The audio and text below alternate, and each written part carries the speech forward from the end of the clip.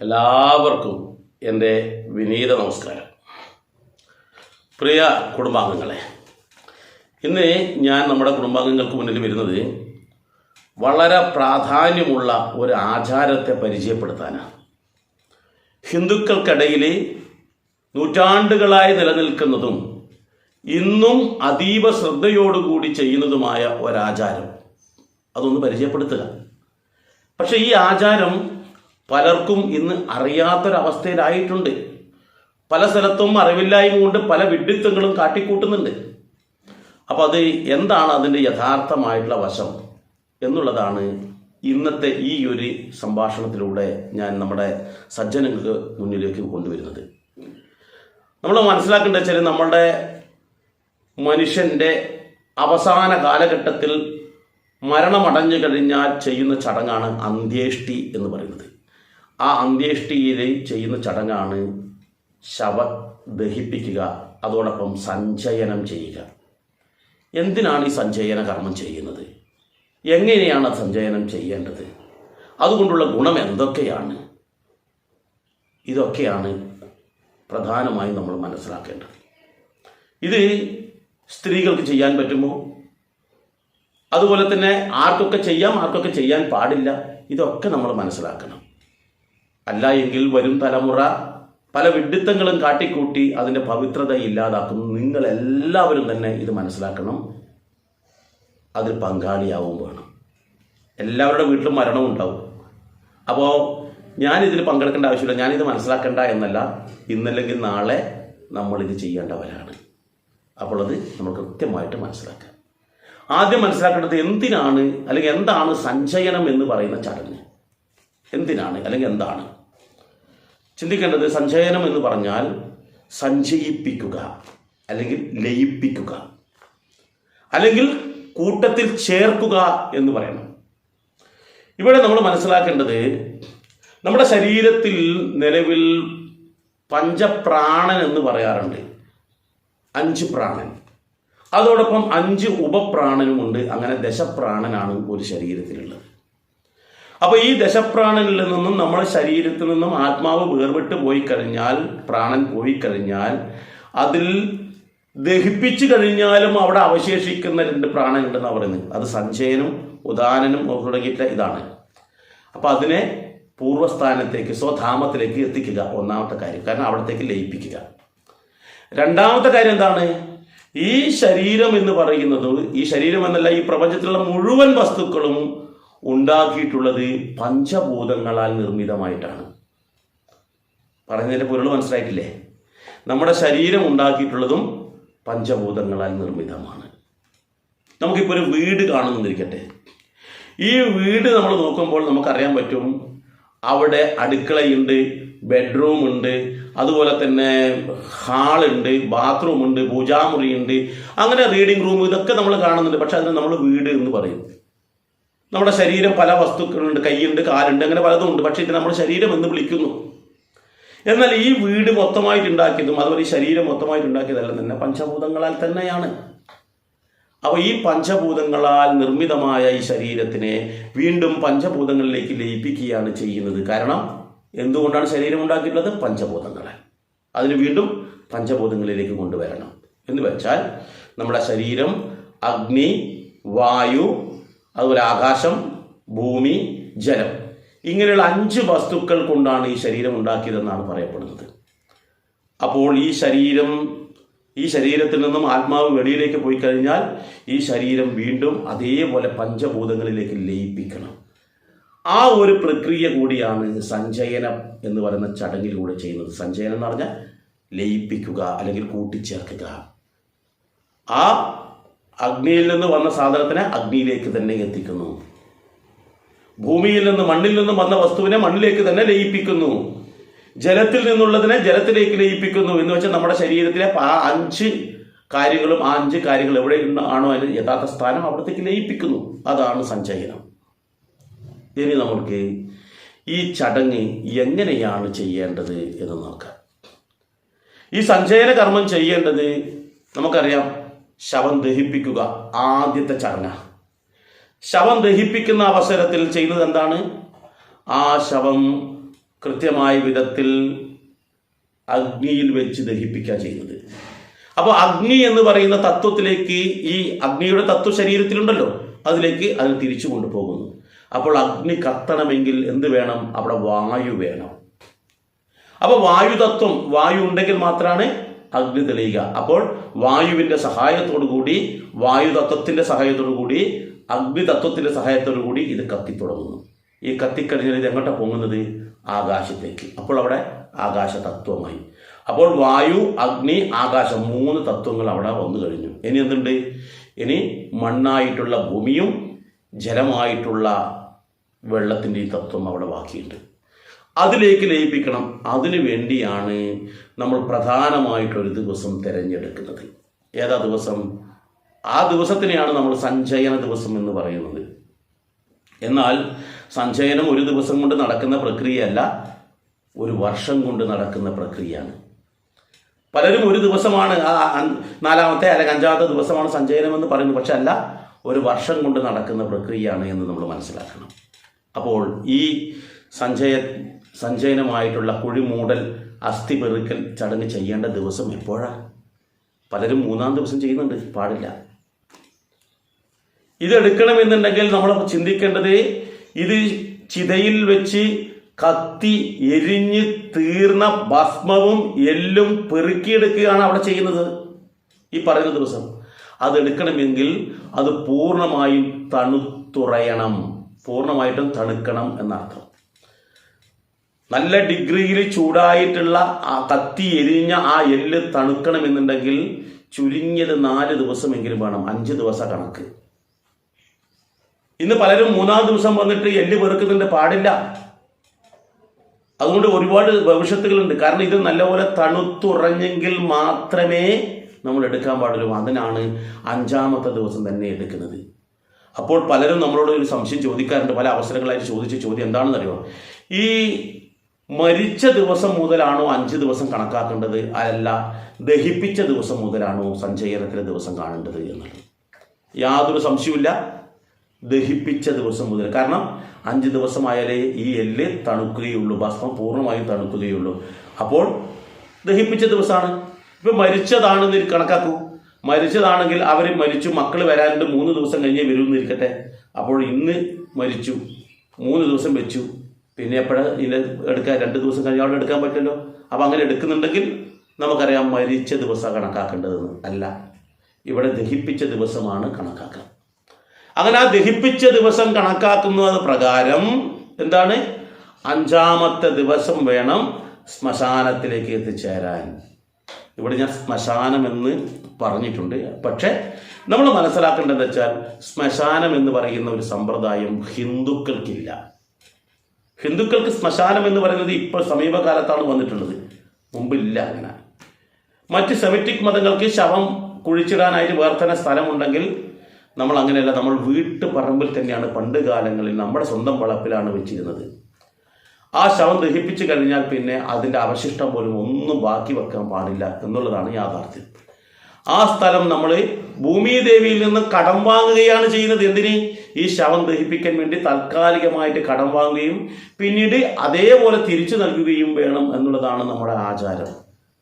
അപ്പോൾ അത് എങ്ങനെയാണ് നമ്മൾ ചെയ്യുന്നതെന്ന് കൂടി നമ്മൾ മനസ്സിലാക്കണം. കാരണം നമ്മൾ ചെയ്യുന്നതാണ് ഏറ്റവും വലിയ ഒരു യാഗകർമ്മമാണ്. നമ്മൾ ഈ ചടങ്ങിനെ അന്ത്യേഷ്ടി എന്നാണ് പറയുക. ഇഷ്ടി എന്ന് പറഞ്ഞാൽ യാഗം എന്നാണ് അർത്ഥം. അപ്പോൾ ഈ ശവദഹനം എന്ന് പറയുന്നത് ഒരു യാഗം തന്നെയാണ്. ആ ഇഷ്ടി ചെയ്യുന്ന സ്ഥലം വീണ്ടും പുഷ്ടിയുള്ളതാക്കിയിട്ട് ആ ഭൂമിദേവിക്ക് തിരിച്ചു കൊടുക്കണമെന്നുള്ളതാണ് യാഥാർത്ഥ്യം. അപ്പോൾ ചടങ്ങ് എങ്ങനെയാണ് ചെയ്യേണ്ടത്? ആദ്യമേ പറഞ്ഞു 5ാമത്തെ ദിവസമാണ് ചെയ്യേണ്ടത്. ഈ 5ാമത്തെ ദിവസം ചെയ്യുന്ന അവസരത്തിൽ നമ്മൾ ഈ ശവം ദഹിപ്പിച്ച സ്ഥലത്തേക്ക് പോകുമ്പോൾ കൊണ്ടുപോകേണ്ട വസ്തുക്കൾ: 1 മൺവെട്ടി, 2 ഒരു വാഴയിലയിൽ നവധാന്യങ്ങൾ കൊണ്ടുപോകണം, 1 നിലവിളക്ക് വേണം, 1 കിണ്ടി വേണം, 3 പാളകൾ വേണം, അല്ലെങ്കിൽ പാളക്കനുസരിച്ചിട്ടുള്ള എന്തെങ്കിലും ഇലകളോ മറ്റു കാര്യങ്ങളോ എടുക്കാം. പിന്നെ ഈ അസ്ഥി ശുദ്ധി ചെയ്യാനുള്ള 5 കൂട്ടം വസ്തുക്കളും വേണം. അത് ഓരോന്ന് ക്രമമായിട്ട് ഞാൻ പറയാം. അപ്പോൾ ഈ അസ്ഥി എടുക്കുന്ന സമയത്ത് നമ്മൾ വളരെയേറെ ശ്രദ്ധിക്കേണ്ടതുണ്ട്. പണ്ട് കാലത്ത് ചെയ്യുന്ന ഒരു ചെറിയൊരു കാര്യം കൂടിയുണ്ട്. അത് വേണമെങ്കിൽ ചെയ്യാം, വേണമെങ്കിൽ തള്ളിക്കളയാം, നിർബന്ധമൊന്നുമില്ല. എന്താണെന്ന് വെച്ചാൽ കറുക എന്ന് പറയുന്ന പുല്ലും ചെറുകടലാടി എന്ന് പറയുന്ന ചെടിയുടെ ഇലയും കൂടിയിട്ട് ഇടിച്ചു പിഴിഞ്ഞ നീര് നമ്മൾ കണ്ണിലേക്കൊന്ന് തേച്ച് പിടിപ്പിക്കും. എന്നിട്ടാണ് ഈ പറയുന്ന അസ്ഥി എടുക്കാൻ വേണ്ടി തയ്യാറാവുക. എന്തിനാണത്? ഈ അസ്ഥിയിൽ ഈ ഫോസ്ഫറസ് എന്ന് പറയുന്നൊരു ഘടകമുണ്ട്. അപ്പോൾ ഇത് എടുക്കുമ്പോൾ ചില ആൾക്കാർക്ക് നല്ലപോലെ കണ്ണ് പുകയാൻ സാധ്യതയുണ്ട്, കണ്ണ് എരിച്ചിലുണ്ടാകും. അങ്ങനെ എരിച്ചിലില്ലാണ്ടിരിക്കാൻ വേണ്ടിയാണ് ഇത്തരത്തിലുള്ള വസ്തു നീരാക്കിയിട്ട് ഇവിടെ കണ്ണിലേക്ക് തടകുന്നത് എന്ന് നമ്മൾ മനസ്സിലാക്കുക. ഏതായാലും ശ്മശാനത്തിലേക്ക് നമ്മൾ എത്തിക്കഴിഞ്ഞാൽ എന്ത് വേണമെന്നറിയോ? ആദ്യം ഈ ശവം ദഹിപ്പിക്കാൻ വേണ്ടിയിട്ട് ആദ്യം തിരിച്ച് നമ്മൾ അവിടെ ഒരു കുഴി എടുക്കും, നീളത്തിലുള്ള ഒരു കുഴി, ചാല് പോലെ.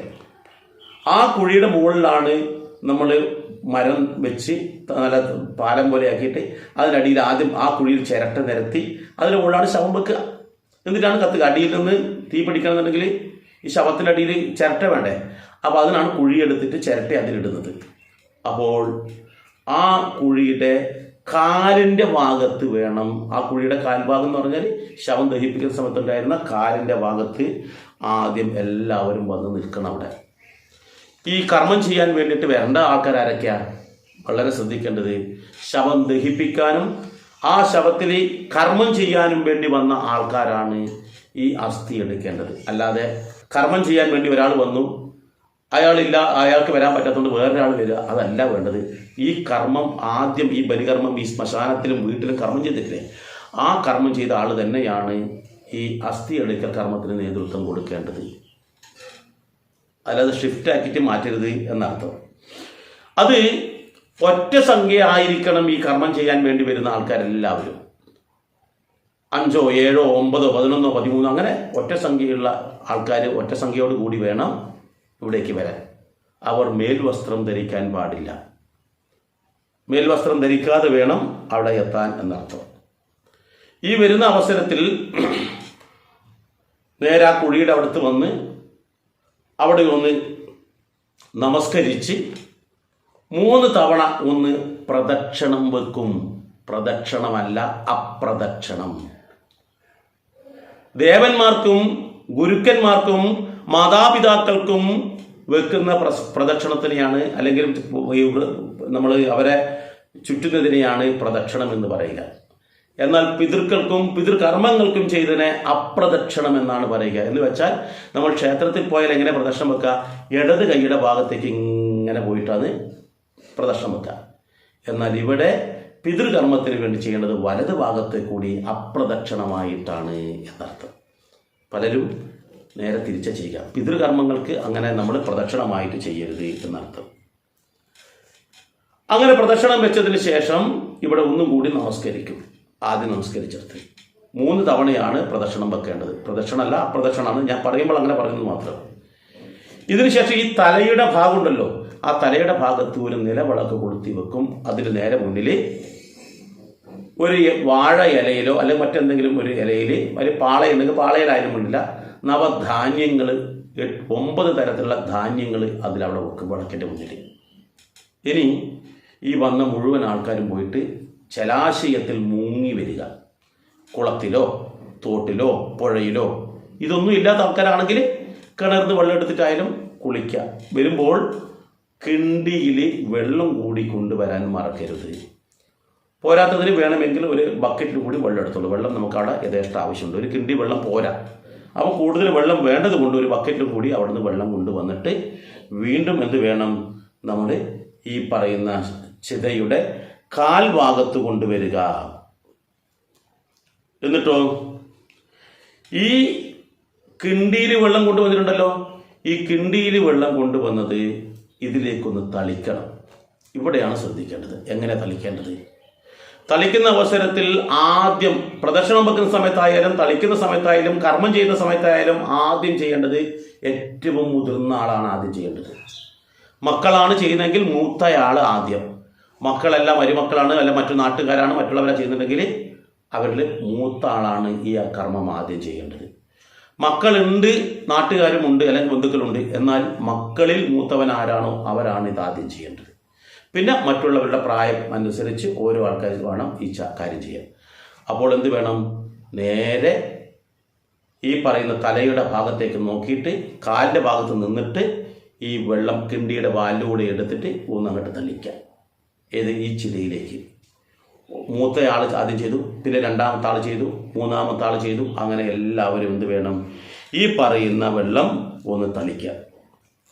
തളിച്ചതിന് ശേഷം തളിച്ച ആൾക്കാർ, ഓരോ ആൾക്കാർ തളിക്കുമല്ലോ, തളിച്ച ആൾക്കാർ വീണ്ടും ആ കാലിൻ്റെ ഭാഗത്തൊന്ന് നമസ്കരിക്കാം, പ്രാർത്ഥിക്കാം. എന്താണെന്ന് വെച്ചാൽ ഈ പരേതാത്മാവിനെ, കാരണം ആ പരേതാത്മാവിൻ്റെ ശരീരത്തിലുള്ള ധനഞ്ജയനും ഉദാനനെയും ഒക്കെ ഇനി വീണ്ടും ലയിപ്പിക്കാൻ പോവാണ്. അപ്പോൾ ആ കർമ്മം വളരെ ശ്രേഷ്ഠമായ രീതിയിൽ ഒരു തടസ്സവുമില്ലാതെ ഭംഗിയായി തീർക്കാൻ കഴിയണേ.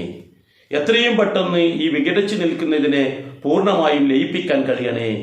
ഇവർക്ക് എത്രയും പെട്ടെന്ന് പുനർജന്മം ഉണ്ടാകട്ടെ എന്ന വിധത്തിൽ നമ്മളൊന്ന് പ്രാർത്ഥിക്കാം, നമസ്കരിച്ചും കൊണ്ട്. ഇനിയാണ് അടുത്ത കാര്യം. ഇവിടെ ഈ ചിത ഉണ്ടല്ലോ, ഈ ചിതയുടെ ഈ വെള്ളം തളിച്ചതിന് ശേഷം ഈ ചിതയുടെ 3 ഭാഗത്തായിട്ട് ആൾക്കാർ നിൽക്കണം.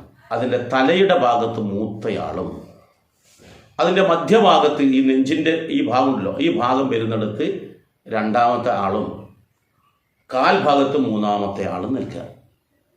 അത് മക്കളുണ്ടെങ്കിൽ മക്കൾ. ഇവിടെ ശ്രദ്ധിക്കേണ്ടത് ആണെന്നോ പെണ്ണെന്നോ ഭേദമില്ല. പെൺകുട്ടികൾക്കും കർമ്മം ചെയ്യാം, ആൺകുട്ടികൾക്കും ചെയ്യാം. ആൺമക്കളില്ലാത്ത ആൾക്കാർക്ക് പെൺമക്കൾ ചെയ്യാം, ഒരു തെറ്റുമില്ല. അങ്ങനെ അവരവിടെ നിൽക്കണം. നിന്നിട്ട് പാള കൊണ്ടുവരാൻ ഞാൻ പറഞ്ഞിട്ടുണ്ട്. 3 പാളകൾ എടുക്കുക. പാളയില്ലെങ്കിൽ മറ്റെന്തെങ്കിലും ഇലകൾ എടുക്കുക. ആ പാളയോ അല്ലെങ്കിൽ ഇലയോ, ഇനി ഇലയും ഇല്ലെങ്കിൽ നിങ്ങൾക്ക് പാത്രമായാലും ദോഷമൊന്നുമില്ല കേട്ടോ. ഇതെടുത്ത് ഈ അസ്ഥി എടുക്കാൻ വേണ്ടി പോവുകയാണ്. മൂത്താള് തലയുടെ ഭാഗത്താണുള്ളത്. ആദ്യം തലയുടെ ഭാഗത്ത് നിന്ന് വേണം അസ്ഥി എടുക്കാൻ. ശ്മശാനത്തിലേക്ക് ശവം കൊണ്ടുവരുമ്പോൾ മൂത്തയാളാണ് തലയുടെ ഭാഗം പിടിച്ച് മുന്നിലേക്ക് നടക്കേണ്ടത്. ആ മൂത്തയാൾക്ക് തലയുടെ ഭാഗത്ത് നിന്ന് അസ്ഥി എടുക്കാനുള്ള അധികാരം. രണ്ടാമത്തെ ആൾക്കാർക്ക് നടുഭാഗത്ത് നിന്ന്, കാൽഭാഗത്ത് ഏറ്റവും ഇളയ ആൾക്കാരുണ്ടാവുക. അപ്പോൾ അവരവിടെ നിന്ന് എടുക്കും അസ്ഥി. ഈ അസ്ഥി എടുക്കുന്നത് ആദ്യം എടുക്കുമ്പോൾ ശ്രദ്ധിക്കേണ്ട വെച്ചാൽ, ഇത് എടുക്കുന്നത് എങ്ങനെ അറിയോ? ഒരു കൊടില് പോലെയുള്ള തടി കൊണ്ടാണ്. എന്ന് വെച്ചാൽ പ്ലാഷ് പോലെയുള്ള മരം ഉണ്ടെങ്കിൽ അതിങ്ങനെ നമ്മൾ അതിൻ്റെ അറ്റം നമ്മൾ കൊടില് പോലെ ആയിരിക്കും അതിനെ കൊണ്ട് എടുക്കുക. അല്ലെങ്കിൽ 2 എണ്ണം കൂട്ടിപ്പിടിച്ചിട്ട് എങ്ങനെ ഡയലും എടുക്കുക. ഇല്ലെങ്കിൽ നമ്മൾ ഈ തെങ്ങിൻ്റെ ഓലയില്ല, ആ ഓലയുടെ ആ ഒരു ഇത് കൊത്തിയിട്ട് അത് പിളർന്നിട്ട് അങ്ങനെ ആയാലും എടുക്കുക. അത് ആദ്യം എടുക്കേണ്ടത് തലക്ക് മുകളിൽ നിന്നും ഈ മൂത്ത ആള് ആ ഒരു അസ്ഥി എടുക്കും. അസ്ഥി എന്ന് പറഞ്ഞാൽ ഒരു അസ്ഥി പോലും ഒഴിയുമ്പോൾ അതിലുള്ളതിൽ ഏറ്റവും വലുത് ആദ്യം കൊണ്ട് എടുത്തിട്ട് നേരെ സൂര്യഭഗവാനെ കാണിക്കും. എത്രയും പെട്ടെന്ന് ഈ ശരീരത്തിന് പുനർജന്മം ഉണ്ടാകട്ടെ, ഈ ശരീരത്തിലല്ല ഈ ശരീരത്തിലുള്ള ആത്മാവിന് പുനർജന്മം ഉണ്ടാകട്ടെ എന്നുള്ള പ്രാർത്ഥനയോടുകൂടി അത് സൂര്യഭഗവാനെ കാണിച്ച് ആ പാളയിലിടും. പിന്നെയോ ഇത് കഴിഞ്ഞ ഉടനെ രണ്ടാമത്തെ ആള് നടുഭാഗത്ത് ആ ഹൃദയം നട്ടലും ഈ നെഞ്ചും കൂടൊക്കെ ഉണ്ടാവില്ലേ, അവിടെ നിന്ന് അസ്ഥി എടുത്തിട്ട് നേരെ സൂര്യനെ കാണിച്ച് അവരുടെ കയ്യിലുള്ള പാളയിലിടും. 3-നും 3 പാളയാണ്. പിന്നെ കാൽഭാഗത്തുള്ള ആളും ഇതേപോലെ സൂര്യനെ കാണിച്ചിട്ട് അത് അതിലിടും. ഇനി എന്ത് ചെയ്യാന്നറിയോ? ഇനി അതിനകത്തുള്ള മുഴുവൻ അസ്ഥികളും ഓരോ ആൾക്കാരും പെറുക്കിയെടുക്കണം. അത് ഈ 3 ആൾക്കാരല്ല, ബാക്കി എല്ലാവർക്കും പെറുക്കിയെടുക്കുക. ആ അവസരത്തിൽ കൈകൊണ്ടെടുത്താൽ ദോഷമൊന്നുമില്ല കേട്ടോ. കൈകൊണ്ട് വേണമെങ്കിൽ എടുക്കാം. പക്ഷെ ശ്രദ്ധിക്കേണ്ടതെന്നറിയോ? ഈ കൈകൊണ്ട് നമ്മൾ ഇത് എടുക്കുന്ന സമയത്ത് കണ്ണ് പുകയാൻ സാധ്യതയുണ്ട്. അതാണ് ഞാൻ നേരത്തെ ആദ്യം പറഞ്ഞത്, ഒരു നീരുണ്ടാക്കാൻ ആ നീര് കണ്ണിൽ തേക്കണം എന്നുള്ളത്. അപ്പോൾ അത് മുഴുവൻ തന്നെ ഒരു അസ്ഥി കഷ്ണം പോലും ഒഴിയാതെ പെറുക്കിയെടുക്കണം. പക്ഷേ ഇന്ന് പലരും ഒരു 5-6 അസ്ഥി പെറുക്കിയെടുത്തിട്ട് വേഗം സ്ഥലം വിടുകയാണ് ചെയ്യുന്നത്. തെറ്റാണ്. അതിൻ്റെ കാര്യം ഞാൻ പിന്നീട് വിശദമായിട്ട് പറയാം. അപ്പോൾ ഈ അസ്ഥികളെല്ലാം തന്നെ പെറുക്കിയെടുത്തു. എല്ലാവരും 3 ആൾക്കാരും കൂടി പെറുക്കിയെടുത്തു. അതിനുശേഷം എന്താ അറിയോ? അവിടുത്തെ ഭസ്മം മുഴുവൻ തന്നെ വാരിയെടുക്കണം, പരമാവധി ഭസ്മം. എന്നിട്ട് ഒരു മൺപാത്രത്തിൽ അത് നിക്ഷേപിക്കാം, ഭസ്മം. ഇതൊക്കെ എന്തിനാണെന്ന് ഞാൻ പറഞ്ഞുതരാം. ഈ അസ്ഥികൾ നമ്മളൊരു പാത്രത്തിൽ നിക്ഷേപിച്ചിട്ടില്ല. ആ ഭസ്മം മുഴുവൻ തന്നെ വാരിയെടുത്ത് അങ്ങോട്ട് മാറ്റി വെച്ചു. ഈ അസ്ഥിയും എന്ത് ചെയ്തു? നമ്മൾ പെറുക്കിയിട്ട് ഓരോ പാളയിലാണ് ഉള്ളത്. ഇനി ഇത് ശുദ്ധി ചെയ്യണം. ബഹുഭൂരിപക്ഷം സ്ഥലങ്ങളിലും ഈ ശുദ്ധി കർമ്മം നടക്കുന്നില്ല. ഈ പറയുന്ന അസ്ഥി പൂർണ്ണമായും തണുത്തുറഞ്ഞതാണ് 5-ാമത്തെ ദിവസം. അതിൻ്റെ ഉള്ളിൽ ഭസ്മത്തിൻ്റെ അംശമുണ്ടാവും, മണ്ണിൻ്റെ അംശമൊക്കെ ഉണ്ടാവും. അത് പൂർണ്ണമായിട്ട് കഴുകി കളയണം. അതിനുവേണ്ടി 5 വസ്തുക്കളാണ് ഉപയോഗിക്കേണ്ടത്. അതെന്തൊക്കെയാണ്? അതിൽ ആദ്യം ഈ പാളയിലേക്ക് നമ്മൾ അല്പം വെള്ളം ഒഴിക്കും. 3 ആളും ഒരേ സമയത്ത് തന്നെ ചെയ്യാം. എല്ലാവരും കൂടി പെറുക്കിയിട്ടതായാലും 3 സ്ഥലത്തുണ്ടാവാം, ഓരോ ഭാഗത്തുനിന്ന് പെറുക്കിയത്. എന്നിട്ടോ ഇതിൽ വെള്ളം ഒഴിച്ചിട്ട്, ശുദ്ധജലം ഒഴിച്ചിട്ട് ആദ്യം ഒന്ന് കഴുകും. ആ വെള്ളം ആ ചിതയുടെ അതിലേക്ക് തന്നെയാണ് വീഴ്ത്തുക, മണ്ണിലേക്ക്. അതിനുശേഷം കരിക്ക് എന്ന് പറയുന്ന സാധനമല്ലോ, കരിക്ക് അല്ലെങ്കിൽ ഇളനീര്, അതിനകത്തുള്ള വെള്ളമുണ്ട്. ആ വെള്ളം എടുത്തിട്ടും ഈ 3 പാത്രത്തിലതും നമ്മൾ കഴുകണം. 2 വസ്തുവായി. വീണ്ടും ശുദ്ധജലം ഉപയോഗിച്ചുകൊണ്ട് എന്ത് വേണം? ഈ പറയുന്ന എല്ല് ഒന്ന് കഴുകണം. ഇപ്പോൾ 3 വട്ടം കഴുകി സാധനം രണ്ട് സാധനം മാത്രമേ ഉള്ളൂ എന്ന് മനസ്സിലാക്കുക. 3ാമത് ഗോമൂത്രം ഉപയോഗിച്ചും കൊണ്ട് ഈ അസ്ഥികളെല്ലാം കഴുകണം. ഇതെല്ലാം കഴുകാൻ കാരണമുണ്ട്. കാരണം അടുത്തൊരു പ്രക്രിയ നടക്കാനുണ്ടാകുന്ന ആ പ്രക്രിയക്ക് ഗുണം ചെയ്യാൻ വേണ്ടിയിട്ടാണ് ഇത്രയും വസ്തുക്കൾ ഉപയോഗിക്കുന്നത്. അപ്പോൾ ഗോമൂത്രം ഉപയോഗിച്ചുകൊണ്ട് ഇതെല്ലാം ഒന്ന് കഴുകി. ഇനി വീണ്ടും ശുദ്ധജലത്തിൽ കഴുകുക. അപ്പോൾ എത്രയായി? 3 വസ്തുവായി. 4ാമത് എള്ളെണ്ണ ഉപയോഗിച്ചുകൊണ്ട് ഇതൊന്ന് കഴുകണം. എള്ളെണ്ണയിൽ ഇതിട്ടിട്ട് എല്ലാം ഒന്ന് വൃത്തിയാക്കിയിട്ട് എടുക്കുക. തീർന്നിട്ടില്ല. വീണ്ടും ശുദ്ധജലം കഴുകി. ഏറ്റവും അവസാനം പശുവിൻ്റെ പാൽ ഉപയോഗിച്ചും കൊണ്ട് ഇതൊന്ന് കഴുകണം. ഇങ്ങനെ കഴുകിയെടുത്ത വസ്തുക്കൾ അതൊക്കെ ഈ ജലം മുഴുവൻ തന്നെ ഈ അസ്ഥി, ഈ കുഴി ഉണ്ടായിട്ട് ആ കുഴിയുടെ ഇതിലേക്കാണ് വീഴുക.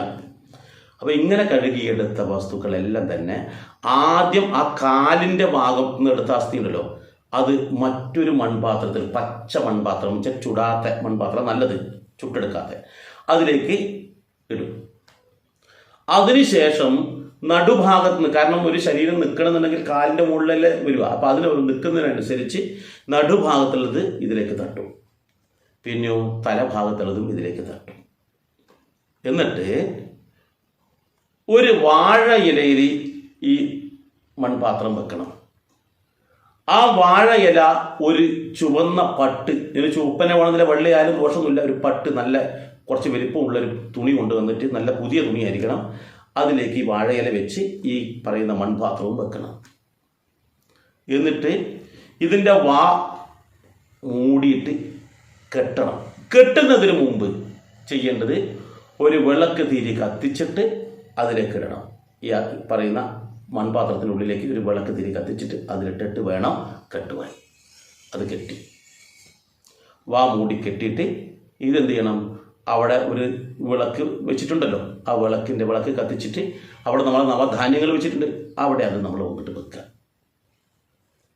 ഇനി ഇവിടെ മറ്റു ചില ചടങ്ങുണ്ട്. ഇനിയാണ് നേരത്തെ ഭസ്മം എടുത്തിട്ടുണ്ട്, ആ ഭസ്മവും നമ്മൾ ഇതേപോലെ വാ മൂടി കെട്ടിയിട്ട് അവിടെ വെക്കണം. 2 മൺപാത്രമുണ്ട്. പല ആൾക്കാരും ഇത് ചെയ്യാറില്ല, ശ്രദ്ധിക്കണം. ഇനി എന്താ വേണ്ടതെന്നറിയോ? ആ തൂമ്പ എടുത്തിട്ട്, നീളത്തിലുള്ള കുഴിയല്ലേ, ഒരു മനുഷ്യ ശരീരം ദഹിപ്പിക്കാൻ വേണ്ടി എടുത്തിട്ട് ആ കുഴിയുടെ ഇരുവശങ്ങളിൽ നിന്നുള്ള ഭസ്മമൊക്കെ തുടച്ച് ഈ കുഴിയിലേക്ക് ഇട്ട്, പിന്നീട് സാവധാനത്തിൽ തൂമ്പ കൊണ്ട് ചുറ്റുമുള്ള മണ്ണും ഇതൊക്കെ അടച്ചിട്ട് ഈ കുഴി മൊത്തമായിട്ട് അങ്ങോട്ട് മൂടണം. ആ തൂമ്പ ഉപയോഗിച്ച്, ഇനി ഒരു തൂമ്പയല്ല 2 3 തൂമ്പയുണ്ടെങ്കിൽ എല്ലാവർക്കും കൂടി ചെയ്യാൻ പറ്റും. അങ്ങനെ ആ ഇത് പൂർണ്ണമായിട്ടും മൂടുക, മണ്ണിട്ടിട്ട് അടക്കുക. ഇനിയോ പിന്നീട് ചുറ്റുമുള്ള മണ്ണൊന്ന് കിളച്ചിട്ട് ഒരു വരമ്പ് പോലെയാക്കണം. നമ്മളിപ്പോൾ കൃഷിയൊക്കെ ചെയ്യുന്നുണ്ടെങ്കിൽ മണ്ണ് കൊത്തിയിട്ട് ഒരു വരമ്പ് പോലെ ആക്കിയിട്ട് അതിൻ്റെ മുകളിലാണുള്ള കാര്യങ്ങളൊക്കെ ചെയ്യാറ്. അപ്പോൾ അതുപോലെ ഇത് ഓരോ ആൾക്കാരെ എല്ലാവരും കൂടി ചെയ്ത് മണ്ണെല്ലാം തിട്ടിലാക്കിയിട്ട് ഒരു ചെറിയൊരു തിട്ട പോലെയാക്കിയിട്ട് ഒരു വരമ്പ് പോലെയാക്കിയിട്ട് എന്ത് വേണം? അവിടെ ആക്കി വെക്കുക, നല്ല കൃത്യമായിട്ട്. എന്നിട്ട് ഇതിൽ ഇനിയിപ്പോൾ നമ്മൾ ചെയ്യാൻ പോകുന്ന പ്രധാനമായൊരു ചടങ്ങുണ്ട്. ഞാൻ നേരത്തെ പറഞ്ഞു, ഭൂമി ദേവിയിൽ നിന്ന് കടമെടുത്തിട്ടാണ്, ഭൂമി ദേവിയാണല്ലോ, അപ്പോൾ അവിടെ നിന്ന് കടമെടുത്തിട്ടാണ് നമ്മുടെ ശരീരം അവിടെ ദഹിപ്പിച്ചിട്ടുള്ളത്. അപ്പോൾ ആ ഭൂമി ദേവിക്ക് അത് തിരിച്ചു കൊടുക്കണം, ആ ഭൂമി. അപ്പോൾ അതിനുള്ള പ്രക്രിയയാണ് ഇവിടെ ചെയ്യുന്നത്. അപ്പം എന്ത് വേണമെന്ന് വെച്ചാൽ, ഈ പറയുന്ന വ്യക്തികൾ ഇതെല്ലാം ആക്കിയതിന് ശേഷം കൈയുടെ ഈ ഉള്ളം കൈയുടെ ഈ 5 വിരൽ ഉപയോഗിച്ചുകൊണ്ട് അതിനെ നമ്മൾ ഒന്ന് പ്രദക്ഷിണം വെച്ചാൽ അപ്രദക്ഷിണമായിട്ട് ഒന്ന് ഇങ്ങനെ ഒന്ന് തടകുക, ഒന്ന് ഒഴിയുക. എന്ന് വെച്ചാൽ നമ്മൾ വിത്തലിടുമ്പോൾ കൈകൊണ്ട് ഇങ്ങനെ വിരലിട്ടിട്ട് വലിക്കുന്നില്ലേ, അതുപോലെ ഒന്ന് ചുറ്റും ഒരു 3 തവണ അതിനൊന്ന് ഒഴിയണം. എല്ലാവരും കൂടിയിട്ട് ആ കുഴിയെ നല്ലതുപോലെ ഒഴിഞ്ഞതിന് ശേഷം പിന്നെന്ത് വേണം? അവിടെ ഇലയിൽ നവധാന്യങ്ങൾ വെച്ചിട്ടുണ്ട്, 9 തരം ധാന്യങ്ങൾ. ആ ധാന്യം ആദ്യം മുതിർന്ന ആൾ, ഈ കുഴി നമ്മളിങ്ങനെ ഒഴിയുന്ന അവസരത്തിൽ മുന്നിൽ നിൽക്കേണ്ടത് മുതിർന്ന ആളാണ്. ഞാൻ ആദ്യം പറഞ്ഞു, എല്ലാ കാര്യത്തിലും ആദ്യം നിൽക്കേണ്ടത് മുതിർന്ന ആളാണ്. അപ്പോൾ ഇവിടെ ആ നവധാന്യങ്ങൾ ഓരോ ആളുടെ കയ്യിലും കൊടുക്കുക. അവരെല്ലാം തന്നെ അവിടെ ഒന്ന് ഇടുക. ആ ചുറ്റും ആ ഈ പറയുന്ന കുഴിയുടെ ഈ മൺതിട്ടയുടെ മുകളിലേക്ക് നമ്മളൊന്ന് ഇടുക. അപ്പം അത് ഇട്ടതിന് ശേഷം വീണ്ടും നേരത്തെ നമ്മൾ ഉള്ളം കൈ വെച്ചിട്ടാണ് തടകിയതെങ്കിൽ ഈ ഉള്ളംകൈയുടെ പുറകു വശമായിട്ട് ഈ വിരലിൻ്റെ ഈ ഭാഗം വിട്ട് നമ്മൾ തിരിച്ച് വീണ്ടും ഒന്ന് നമ്മൾ അതിൻ്റെ മുകളിൽ കൂടി ഒന്ന് ഒഴിഞ്ഞു കൊടുക്കുക. കാരണം ഈ പറയുന്ന വിത്ത് മണ്ണിനടിയിലേക്ക് പോകുന്നതിന് വേണ്ടിയിട്ടാണ് ഇങ്ങനെ ചെയ്യുന്നത്. അപ്പം ഇത് മുഴുവൻ നമ്മൾ ചെയ്തു കഴിഞ്ഞു. വിത്തും അവിടെ ഇട്ട നവധാന്യങ്ങൾ. എന്തിനാ? ഇത്രയും കാലം ഇത് നല്ലൊരു ഭൂമിയായിരുന്നു. ആ ഏത് മോശം ഭൂമിയും കൃഷി ചെയ്തു കഴിഞ്ഞാൽ ശുദ്ധമാകും എന്നുള്ളതാണ് വിശ്വാസം. എന്ന് വെച്ചാൽ അവിടെയുള്ള എല്ലാ വസ്തുക്കളും ഇവിടെ വളമായി തീരും. നേരത്തെ നമ്മൾ ഭസ്മം നമ്മൾ കുറേ വാരിയെടുത്തു, എന്നാലും അതിൽ അല്പം ഭസ്മം ബാക്കിയുണ്ടാവും മണ്ണിൽ ഇടയിൽ. ആ മണ്ണിലുള്ള ഭസ്മം കാരണം അത് അശുദ്ധമാവരുത്, അത് വളമാക്കി തീർക്കുകയാണ് ചെയ്യുന്നത്. കാരണം ഈ ശരീരത്തിൻ്റെ ഒരു വസ്തു പോലും ബാക്കി ഉണ്ടാവാൻ പാടില്ല എന്നുള്ള തത്വം കൂടി ഇവിടെ പ്രധാനമാണ്. എന്ന് വെച്ചാൽ നേരത്തെ നമ്മൾ അഗ്നിയിലേക്കും വായുവിലേക്കും ആകാശത്തിലേക്കും നമ്മൾ ലയിപ്പിച്ചു. ബാക്കി ഇവിടെയുള്ളതിനെ ആ മണ്ണിലേക്ക് ലയിപ്പിക്കാൻ വേണ്ടിയിട്ടാണ് ഇവിടെ വിത്ത് നമ്മൾ അതിന് മുകളിലിട്ട് അതിന് ശേഷം നമ്മളെന്ത് ചെയ്യുന്നറിയോ? ഈ ഭൂമി ഫലപുഷ്ടിയുള്ളതാണ്, ഇനി ഇത് വരും തലമുറയ്ക്ക് ഉപയോഗിക്കാനുള്ളതാണ് എന്ന് കാണിക്കുന്നതിന് വേണ്ടി, തെളിയിക്കുന്നതിന് വേണ്ടിയിട്ട് ആ മരിച്ച വ്യക്തിയുടെ ഓർമ്മ പുതുക്കുന്നതിന് വേണ്ടിയിട്ടും കൂടി വേണം പറയാം. ഈ കൃത്യ സെൻറ്റർ ഭാഗമുണ്ടല്ലോ, ഈ നമ്മൾ ഈ വരമ്പ് പോലാക്കിയ സെൻറ്റർ ഭാഗം, അതിൻ്റെ നടുഭാഗത്ത് എല്ലാവരും വന്ന് അതിൻ്റെ ഒരു ഭാഗത്ത് നിന്നിട്ട് നടുഭാഗം നോക്കിയിട്ട് ഈ മൺവെട്ടി കൊണ്ട് ആഞ്ഞ് വെട്ടുക. ഒരു 3 തവണ ഓങ്ങിയിട്ട് ആഞ്ഞ് വെട്ടുമ്പോൾ നല്ല ആഴത്തിൽ കിട്ടണം. ആ മണ്ണ് നീക്കാൻ വേണ്ടിയിട്ട് എടുക്കുന്നതോട് കൂടിയിട്ട് അവിടെ എന്ത് വേണം? ഒരു വാഴ വെക്കുക, അല്ലെങ്കിൽ ഒരു തെങ്ങിൻ്റെ ഇത് വെക്കുക. നിങ്ങളുടെ സൗകര്യം എന്താണ് അതുപോലെ ചെയ്യുക. തെങ്ങോ വാഴയോ മറ്റെന്തെങ്കിലും വെച്ചാൽ അതുപോലെ നിങ്ങൾക്ക് എന്തെങ്കിലും എന്ത് വേണം വെക്കാം. അത് അവിടെ നമ്മൾ വെച്ച് ആ മണ്ണ് ഇങ്ങനെ വലിച്ചെടുക്കുമ്പോൾ തന്നെ അത് നമ്മൾ അവിടെ വെച്ചിട്ട് ആ മണ്ണിട്ട് നമ്മളവിടെ മൂടി. അപ്പോൾ അതിന് നല്ലപോലെ ആദ്യം വെള്ളം ഒഴിക്കുക. അത് എല്ലാവരും ഓരോ ആൾക്കാരും അതിൽ കുറച്ച് വെള്ളം ഒഴിക്കുക. അതിനുശേഷം നമ്മൾ ഈ പറഞ്ഞ നേരത്തെ നവധാന്യങ്ങൾ വെതറിയില്ലേ, അവിടെയും വെള്ളം ഒഴിക്കുക. ഇപ്പോൾ അവിടുത്തെ ചടങ്ങ് ശ്മശാന ഭൂമിയിൽ അല്ലെങ്കിൽ ശവം ദഹിപ്പിച്ച സ്ഥലത്തെ ആ ചടങ്ങ് പൂർണ്ണമായിട്ടും കഴിയുകയാണ്.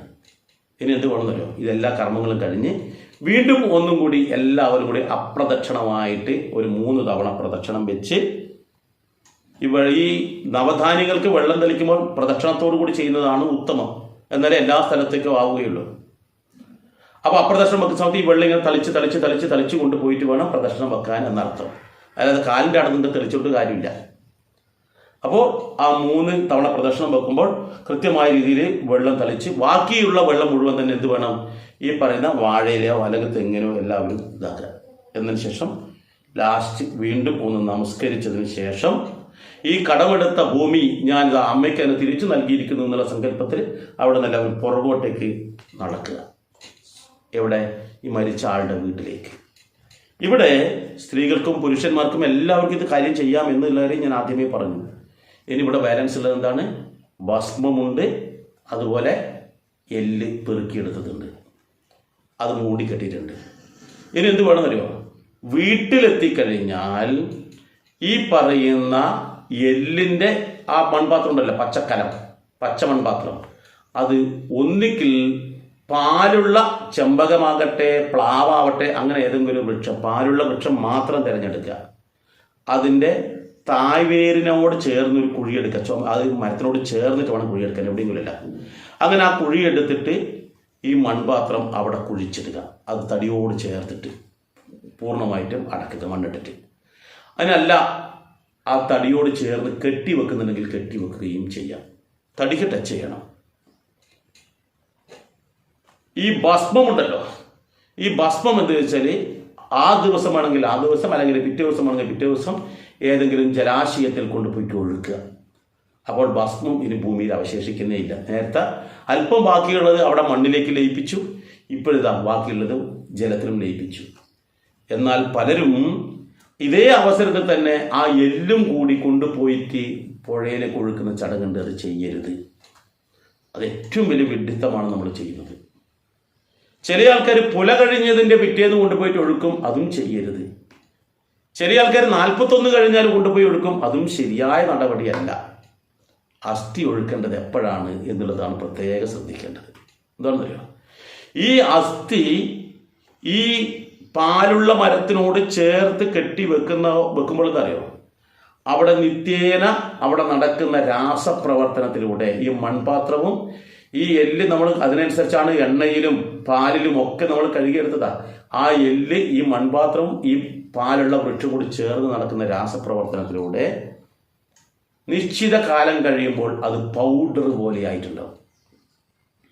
അപ്പോൾ ശരിക്കും പറഞ്ഞാൽ ഒരു വർഷം ആണ്ട് വലിയ നടക്കുന്നില്ല, മരിച്ച അതേ ദിവസം എത്തുന്ന ആ സമയമാകുമ്പോഴേക്ക് ഇത് പൊടിയായിട്ട് പൗഡർ പോലെ ഉണ്ടാവും. ഈ സാധനമാണ് അവിടെ നിന്ന് എടുത്തിട്ട് ഒരു വർഷം കഴിയുമ്പോൾ അതെടുത്തിട്ട് വീണ്ടും എന്ത് വേണം, ജലാശയത്തിൽ കൊണ്ടുപോയിട്ട് ഒഴുക്കേണ്ടത്. അപ്പോൾ പൂർണ്ണമായിട്ടും വസ്തു ഇല്ലാതെയായി. എന്നാൽ നമ്മൾ ഈ 5-ാം ദിവസമോ 10-ാം ദിവസമോ 20-ാം ദിവസമൊക്കെ നമ്മൾ അസ്ഥി കൊണ്ടുപോയി ഒഴുകിക്കഴിഞ്ഞാൽ ആ അസ്ഥി അതേപടി ആ ഭൂമിയിൽ വെള്ളത്തിനടിയിൽ കിടക്കുന്ന കാണാൻ പറ്റും. തിരുനെല്ലിയിലൊക്കെ പോയി കഴിഞ്ഞാൽ, ആലുവയിലൊക്കെ പോയി കഴിഞ്ഞാൽ പല സ്ഥലത്തും ഇതുപോലെ അസ്ഥികൾ ഇങ്ങനെ വെള്ളത്തിൽ ഇങ്ങനെ കാണാൻ പറ്റും. ഒരിക്കലും ചെയ്യാൻ പാടില്ലാത്തതാണ്. പഞ്ചഭൂതങ്ങളിൽ നിന്നും വന്ന ആ ശരീരം പഞ്ചഭൂതങ്ങളിലേക്ക് തന്നെ ലയിപ്പിക്കുക എന്നുള്ളതാണ് സഞ്ചയനം കൊണ്ട് ഉദ്ദേശിക്കുന്നത്. അതാണ് അവരുടെ മക്കളുടെ ഉത്തമമായ കർമ്മവും. അപ്പോൾ ആ അസ്ഥിക്കുള്ളിലും ഈ പറയുന്ന ധനഞ്ജയൻ എന്ന് പറയുന്ന പ്രാണൻ ഉണ്ടാകുമെന്നാണ് പറയുന്നത്. അതുകൊണ്ട് അതിനെത്രയും പെട്ടെന്ന് ലയിപ്പിക്കാൻ ഈ രാസപ്രവർത്തനം പാലുള്ള മരത്തിനോട് മൺപാത്രത്തിൽ കെട്ടിവെക്കുമ്പോൾ ആ രാസപ്രവർത്തനം അത് ദ്രവിക്കാൻ തുടങ്ങുന്ന പറയുന്നത്. ദ്രവിച്ച് ചിലപ്പം അത് അസ്ഥി രൂപത്തിലുണ്ടെങ്കിൽ കൈകൊണ്ട് തൊട്ടാൽ തന്നെ പൊടിഞ്ഞ് പൗഡർ വരെയാവും. നമുക്ക് കാണാൻ കഴിയും. എത്രയോ ശ്രേഷ്ഠമായിട്ടുള്ള ഒരാചാരമാണ് നമ്മുടെ അന്ത്യേഷ്ടി കർമ്മം. പക്ഷേ ഇന്നത്തെ തലമുറ അതിൻ്റെ പ്രാധാന്യം മനസ്സിലാക്കാതെ ജീവിത തിരക്കാണെന്ന് പറഞ്ഞുകൊണ്ട് 1-ാം ദിവസം തന്നെ പറ്റുമെങ്കിൽ വെള്ളത്തിൽ ഒഴുക്കിയിട്ട് രക്ഷപ്പെടാൻ വേണ്ടി കളിക്കുന്ന ഒരു ഇതാണ് കാണുന്നത്. പക്ഷെ നമ്മുടെ ആചാരങ്ങളുടെ മഹത്വം മനസ്സിലാക്കാതെയാണ് ഇക്കാര്യങ്ങളൊക്കെ ചെയ്യുന്നത്. അതാണ് മറ്റ് സെമറ്റിക് മതങ്ങളെ അപേക്ഷിച്ച് ഹിന്ദു ധർമ്മത്തിലുള്ള ആൾക്കാർ ശ്രേഷ്ഠന്മാരായി കണക്കാക്കാനുള്ള കാരണം അവരുടെ ആചാരങ്ങൾ അത്രയും ശ്രേഷ്ഠമാണ്. മറ്റുള്ളവരുടെ ആചാരം നോക്കൂ, അവർ മണ്ണിലേക്ക് കുഴിച്ചിടുക ചെയ്യുന്നത്. ഈ മണ്ണിലേക്ക് കുഴിച്ചിടുന്ന അവസരത്തിൽ ഈ ശരീരം അഴുകി ദ്രവിച്ച് അത് തൊട്ടടുത്ത കിണറ്റിൽ പോലും അതിൽ മഴ പെയ്ത് കഴിഞ്ഞാൽ ഈ ശ്മശാനത്തെ ശവപ്പറമ്പിൽ നിന്നുള്ള ആ മാലിന്യം തൊട്ടടുത്ത് കിണറ്റിലെത്തിച്ച് മനുഷ്യർ പോലും ദ്രോഹം ചെയ്യുമെന്നുള്ളതാണ്. അസ്ഥികൾ പിന്നെയും അവിടെ കിടക്കും എത്രയോ കാലത്തോളം നമുക്ക് കാണാൻ കഴിയും. അസ്ഥിയും മുടിയും ഇതൊക്കെ അവിടെ ഉണ്ടാവും, നശിക്കാതെ നഖങ്ങളടക്കം. അപ്പോൾ മനുഷ്യ ശരീരത്തിൽ ഒരു വസ്തുവും ഒരു മനുഷ്യൻ മരിച്ചാൽ പോലും മറ്റുള്ളവർക്ക് ഒരു തരത്തിൽ ഉപദ്രവവും ഉണ്ടാവരുത്, ഒരു ദ്രോഹവും ഉണ്ടാവരുത് എന്നുള്ളതാണ് നമ്മുടെ ആചാരം. എല്ലാ ആൾക്കാർക്കും സുഖവും സന്തോഷവും ഉണ്ടാവണം. അത് ഞാൻ മരിച്ചു കഴിഞ്ഞിട്ട് പോലും ദോഷമുണ്ടാകരുത് എന്നർത്ഥം. അപ്പോൾ ഈ ശ്രേഷ്ഠമായ ആചാരം നമ്മൾ മനസ്സിലാക്കിയിട്ട് ഇത്രയും കാലം ചെയ്തത് എങ്ങനെയൊക്കെയോ ആണല്ലോ, ഇനിയെങ്കിലും നമ്മൾ ശ്രേഷ്ഠമായ കർമ്മം ചെയ്യാൻ വേണ്ടി നമ്മൾ തയ്യാറാവണം എന്നുള്ളതാണ് ഈ പ്രഭാഷണത്തിലൂടെ ഞാൻ ഉദ്ദേശിക്കുന്നത്. നിങ്ങൾക്ക് ഇതിൽ എന്തെങ്കിലും സംശയമുണ്ടെങ്കിൽ ഇതിന് താഴെ നിങ്ങൾക്ക് കമൻറ്റ് ബോക്സിൽ രേഖപ്പെടുത്താം. അല്ല, ഇത് നിങ്ങൾക്ക് ഇഷ്ടപ്പെടുകയാണെങ്കിൽ പരമാവധി ആൾക്കാരിലേക്ക് അയച്ചു കൊടുക്കുക. കാരണം എന്താ, നിങ്ങളുടെ കുടുംബത്തിൻ്റെ ഗ്രൂപ്പ് ഉണ്ടാവാം, അതുപോലെ സമുദായത്തിൻ്റെ ഗ്രൂപ്പ് ഉണ്ടാവാം, ക്ഷേത്രത്തിൻ്റെ ഗ്രൂപ്പ് ഉണ്ടാവാം, അവർക്കൊക്കെ നിങ്ങൾക്ക് ഇത് അയച്ചു കൊടുക്കാം. അതോടൊപ്പം ഈ ചാനൽ ഇതുവരെ സബ്സ്ക്രൈബ് ചെയ്തിട്ടില്ല, അങ്ങനെയുള്ള ആൾക്കാർക്ക് ഈ ചാനലൊന്ന് സബ്സ്ക്രൈബ് ചെയ്യുക. എന്താണെന്നറിയോ, ഇതുപോലുള്ള നിരവധി വീഡിയോസ് ഞാൻ ഇതിനു മുമ്പ് ചെയ്തിട്ടുണ്ട്. ഇനിയും ഇതുപോലുള്ള വീഡിയോസ് വരും. നിങ്ങൾക്കത് കിട്ടാൻ വളരെ ഉപകരിക്കും സബ്സ്ക്രൈബ് ചെയ്ത് കഴിഞ്ഞാൽ. അയ്യോ, എനിക്ക് സബ്സ്ക്രൈബ് ചെയ്യാൻ അറിയില്ല, ടെൻഷൻ അടിക്കണ്ട. നോക്കി, ഞാൻ സംസാരിക്കുന്നതിന് തൊട്ട് താഴെ സബ്സ്ക്രൈബ് എന്ന് ഇംഗ്ലീഷിൽ എഴുതിയിട്ടില്ല, അവിടെ തൊട്ട് കൊടുക്കുകയേ വേണ്ടു. അപ്പോഴവിടെ ഒരു മണിയുടെ ചിത്രം വരും, അതും കൂടി തൊട്ട് കൊടുക്കുക മതി. ഇനി ഞാൻ ഇവിടെ ഇടുമ്പോൾ ഒരു വീഡിയോ ഇവിടെ പോസ്റ്റ് ചെയ്ത് കഴിഞ്ഞാൽ ഉടൻ തന്നെ നിങ്ങൾക്ക് മെസ്സേജ് വരുക, ഇങ്ങനൊരു വീഡിയോ വന്നിട്ടുണ്ട് കണ്ടോളൂ എന്നുള്ളത്. അപ്പോൾ മറ്റൊരു വീഡിയോയുമായി ഞാൻ മറ്റൊരു അവസരത്തിൽ വരാം. എല്ലാവർക്കും നന്ദി, നമസ്കാരം.